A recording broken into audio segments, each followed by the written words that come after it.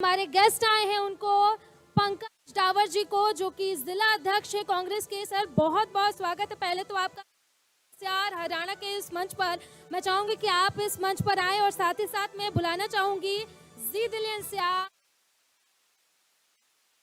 Editor Vinod Lama sir को। Sir मंच पर आइए और साथ ही साथ सर को सम्मानित कीजिए। तो तालियों के साथ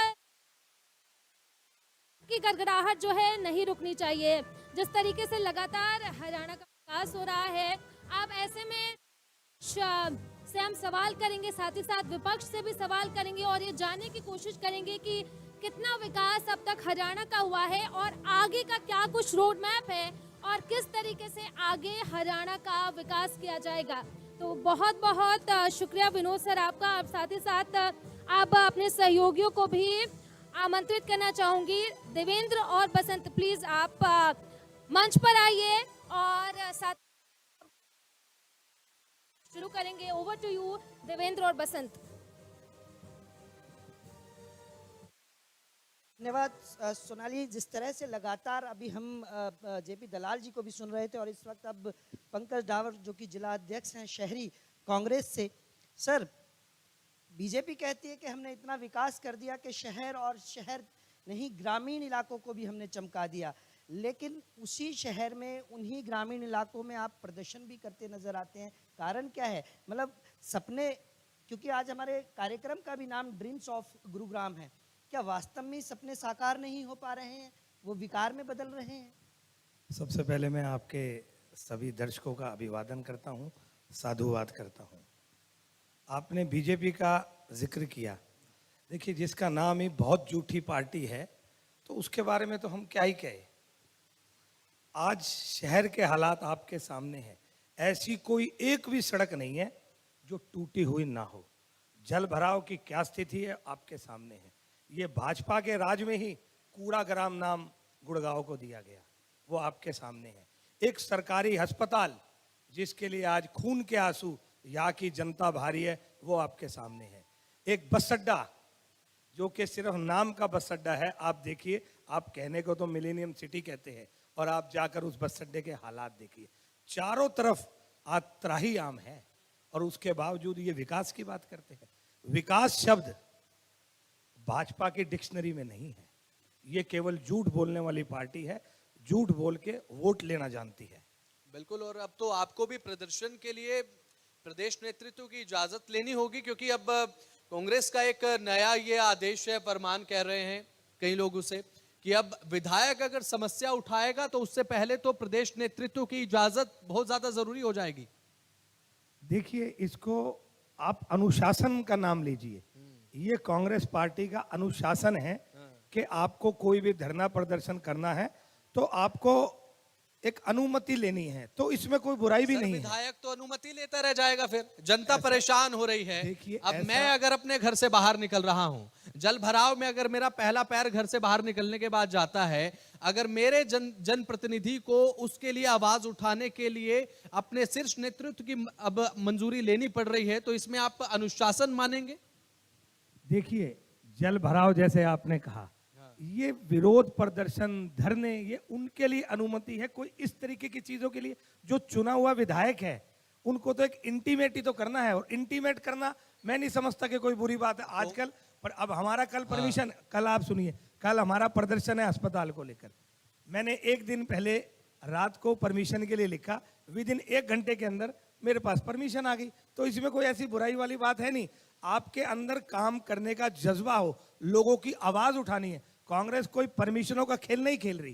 कांग्रेस एक अनुशासन बनाना चाहती है कि सभी एक झंडे के नीचे आकर और इस तरीके के धरने प्रदर्शन करें, अलग अलग ना दिखे। डावर साहब, आप कह रहे हैं कि अनुशासन की बात है, लेकिन अनुशासन तो नजर आता ही नहीं है। मैं तो गुरुग्राम में ही देखता हूँ, गुरुग्राम में नहीं बल्कि हरियाणा के अलग अलग जगह देखा जाए तो अलग अलग गुट बने पड़े हैं। देखिए, आप लोग इसको गुटबाजी का नाम देते हो। आप एक चीज समझिए, जितने भी सीनियर नेता है सबके अपने अपने समर्थक होते हैं और सबका अपना अपना क्षेत्र है, तो इसको गुटबाजी किस तरीके कहेंगे। लेकिन सबका नेता कौन है? सबका नेता राहुल गांधी जी है, सोनिया गांधी जी है, खड़गे जी है। आप उस विचारधारा को भी तो देखिए ना। आप सबके नेता एक है, अगर कोई अलग अलग रूप में काम कर रहे हैं, कर तो कांग्रेस के लिए तो इस तरह कोई गुटबाजी वाला कोई सवाल ही पैदा नहीं होता। बीजेपी से जब हम बात करते हैं कि भाई विपक्ष ये आरोप लगाता है कि आप तो विपक्ष को ही खत्म करना चाहते हैं, तो वे बीजेपी कहती है कि हम कहां खत्म कर रहे हैं विपक्ष को, विपक्ष तो खुद ही लड़कट मर रहा है। हुड्डा गुट के समर्थक शैलजा को लाइक नहीं करते हैं, शैलजा गुट के समर्थक रणदीप सुरजेवाला के खिलाफ बोलते हैं। अब ये गुटबाजी जो है क्या विपक्ष पर हावी पड़ती हुई नजर आ रही है? क्योंकि देखिए ये जो कंट्रोवर्सी सबसे पहले मैंने जो बताया कि ये आदेश प्रदेश नेतृत्व बीके हरिप्रसाद साहब ने दिया कि भाई अब किसी भी प्रदर्शन के लिए आपको अनुमति लेनी होगी, ये तो कांग्रेस के अंदर ही कंट्रोवर्सी का खुद कारण बन गया कि विधायक समस्या उठाएगा पहले परमिशन लेने में लगा रहेगा। देखिए, जिसके घर शीशे के होते हैं ना, वो दूसरों पे पत्थर नहीं फेंका करते। अपनी गुटबाजी देखे, आज राव साहब वर्सेस राव साहब चल रहा है, पूरा दक्षिण हरियाणा, पूरा हरियाणा देख रहा है, और आप दूसरे पे इल्जाम लगा रहे। आप अपनी पार्टी की चिंता करिए, हमारी पार्टी खूब मजबूती से विपक्ष की जो है भूमिका निभा रही है, और आने वाले समय में मैं फिर बताता हूं, ईंट के साथ ईंट बजाने का काम विपक्ष करेगा। कोई भी भ्रष्टाचार, कोई भी गलत काम करने नहीं दिया जाएगा। चलिए ड्राइवर साहब, हम भी यही उम्मीद लगाते हैं कि आपका ये घर का कलह खत्म हो जाए और कहीं ना कहीं सत्ता की चाबी मिले, क्योंकि यदि ऐसा ही रहा तो मेरे ख्याल से बहुत कठिनाइयां आ जाएंगी आगे। लेकिन दूसरी तरफ अब आते हैं मुद्दों पर। गुरुग्राम की एक लगातार आप एक मुद्दा उठाते आए कॉलोनियों का, क्या ऐसा आप ये मुद्दा है लोगों से जुड़ा हुआ कि आप लगातार इसको उठा रहे हैं? एक तरफ तो लगातार अवैध कॉलोनियों को तोड़ने का काम बीजेपी सरकार में प्रशासन की तरफ से किया जा रहा है, लेकिन आप उसी का विरोध करते हैं। देवेंद्र जी, आप एक चीज को समझिए, ये पीड़ा ना पूरे देश की है, पूरे हरियाणा की है। जब आप कोई भी निर्माण करते हैं, चाहे वैध है चाहे अवैध है, जिस समय निर्माण हो रहा होता है उस समय अधिकारी, एक भी अधिकारी ऐसा नहीं जिसकी आंखें खुली हुई हो, सबकी आंखें बंद हो जाती है। और जब निर्माण हो चुका होता है उसके बाद अवैध निर्माण करके और उसको तोड़ने की प्रक्रिया की जाती है। अभी पिछले दिनों हाई कोर्ट ने एक आदेश दिया डीएलएफ को लेके, आपको भी मालूम है कि भाई डीएलएफ में जितने अवैध है उनको तोड़ा जाए। तो मैं ये जानना चाहता हूं, जो सुप्रीम कोर्ट ने आदेश दिया था गुड़गांव के बीचों बीच आयुध डिपो के यहां पर, क्या हाई कोर्ट आज सुप्रीम कोर्ट से बड़ी है क्या? वहां के आदेशों को पालना करना क्या अधिकारियों का काम नहीं है? आज शहर के बीचों बीच अवैध कॉलोनियां कट जाती है और एक तरफ तो अधिकारी तोड़फोड़ करते हैं, चारों तरफ तोड़फोड़ कर रखी है कि भाई ये अवैध के नाम पे। मैं कहता हूं जो अवैध कॉलोनियां कट रही है उसका क्या? ये भाजपा के नेता मिले हुए हैं, भ्रष्टाचार में लिप्त है। आज भ्रष्टाचार की वजह से आज शहर के चारों तरफ आप देखो और शहर के बीचों बीच देखो अवैध कॉलोनी कैसे कट जाती है, और वहां पर बिजली के कनेक्शन कैसे मिल जाते हैं, वहां पर पानी कैसे आ जाता है। हम किसी के बनाने के खिलाफ नहीं है, लोगों के खून पसीने की कमाई।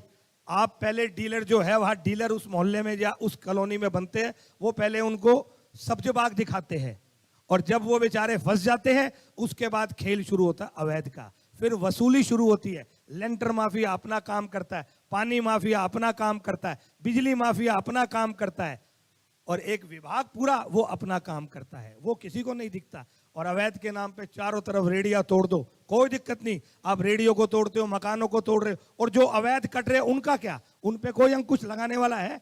तो आप समझिए सरकार की मिली भगत से काम हो रहा है। ये सारे के सारे गुड़गांव के अंदर इसको लूटने के लिए, और एक भ्रष्टाचार, अभी आपने कहा ना कि जिस तरीके से सरकार चल रही है, ये भ्रष्टाचार युक्त सरकार है, और दावा करते थे भ्रष्टाचार मुक्त का, लेकिन आज कोई सा ऐसा महकमा नहीं है जिसमें भ्रष्टाचार ना हो। भ्रष्टाचार अपने चरम पर है। आज तक के इतिहास में किसी सरकार में इतना भ्रष्टाचार नहीं हुआ जितना भाजपा की सरकार में हुआ।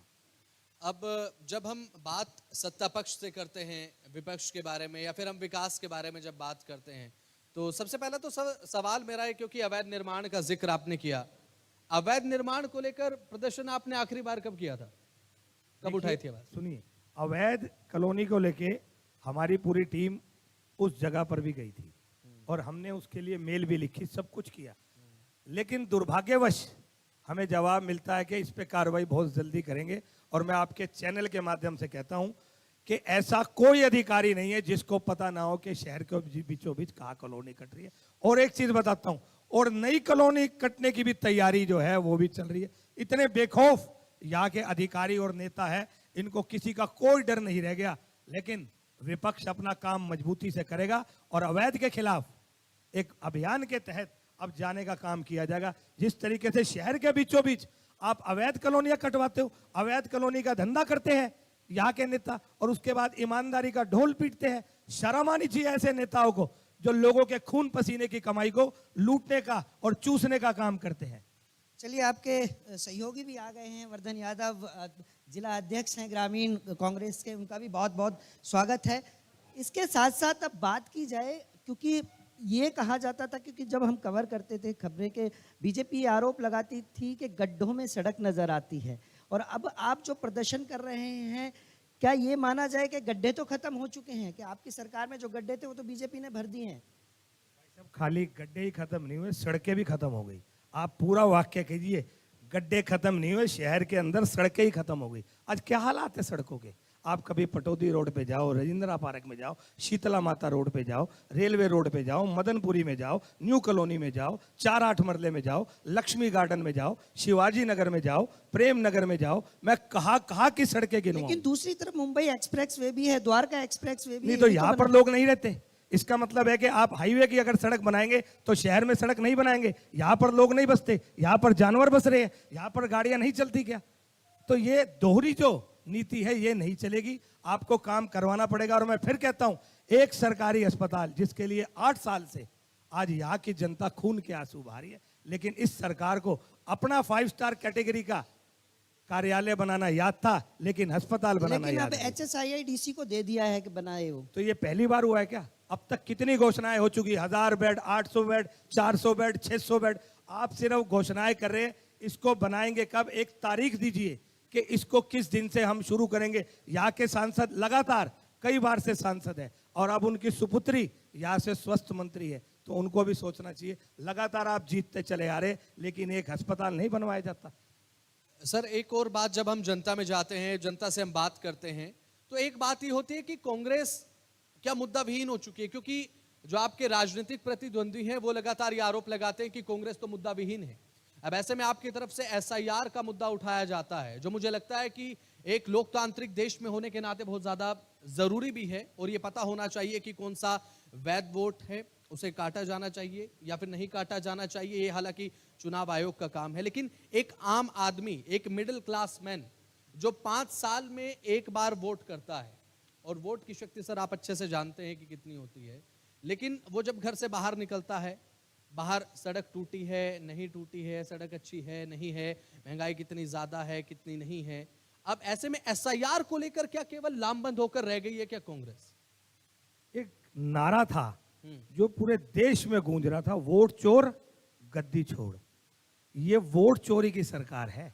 आप SIR कराइए, हमारे सभी कार्यकर्ता बूथ लेवल तक तैयार है, एक भी वैध वोट काटने नहीं दिया जाएगा। और आप महंगाई की बात कर रहे हैं, आज महंगाई अपने चरम पर है। आज पेट्रोल डीजल के क्या हालात है, एक गरीब आदमी पेट भरने लायक भी नहीं छोड़ा। इतनी बद्दुआएं आज गरीब आदमी की सरकार को लगेगी, इनको कहीं पर छुपने की जगह नहीं मिलेगी। बीजेपी वाले कह रहे हैं दूसरे देशों में 150-150 रुपए बढ़ रहे हैं, हमारे में तो फिर भी 7 ही बढ़ मैं पहले ही कह चुका हूं, जिसका नाम बीजेपी है बहुत झूठी पार्टी, ये कुछ भी कहे। तो अगर ऐसा है तो क्यों ना एक चैलेंज एक्सेप्ट किया जाए, 200 रुपए लीटर पेट्रोल बीजेपी के नाम की एक मशीन लगाई जाए, और बीजेपी के जितने वर्कर हैं उनको 200 रुपए लीटर पेट्रोल दिया जाए। मैं देखता हूं कितने दिन तक लगातार ये लेते हैं। ये सिर्फ कागजी बातें और सोशल मीडिया की बातें हैं। अगर है ताकत तो 200 रुपए लीटर आप पेट्रोल लेके आज आप जो है मोदी जी आह्वान करें कि हमारे सारे वर्कर 1 साल तक 200 रुपए लीटर पेट्रोल लेंगे। देखता हूं कितने वर्कर इनके यहाँ पर लाइन में खड़े होते हैं। चलिए ठीक है सर, बहुत बहुत शुक्रिया, क्योंकि समय की कमी है। तमाम सवालों का बेबाकी के साथ आपने जवाब अंतिम दिया। सवाल है मेरे जहन में आया, और वर्धन भाई भी बैठे हैं। आप दोनों ने बड़ी मेहनत की, लोकसभा चुनाव में देखा, और राज बब्बर जी को बहुत वोटों तक आपने पहुंचाया। क्या दोनों के लिए ये माना जाए कि आपको पार्टी ने उस मेहनत को देखकर जिलाध्यक्ष, क्योंकि बड़ी मशक्कत के बाद ये जिलाध्यक्ष बने थे? देखिए, आपने कहा कि आप दोनों ने मेहनत करी, हम दोनों ने मेहनत कांग्रेस के लिए करी। अगर कांग्रेस में राज बब्बर जी की जगह कोई और कैंडिडेट आ तो भी इतनी ही मेहनत होती।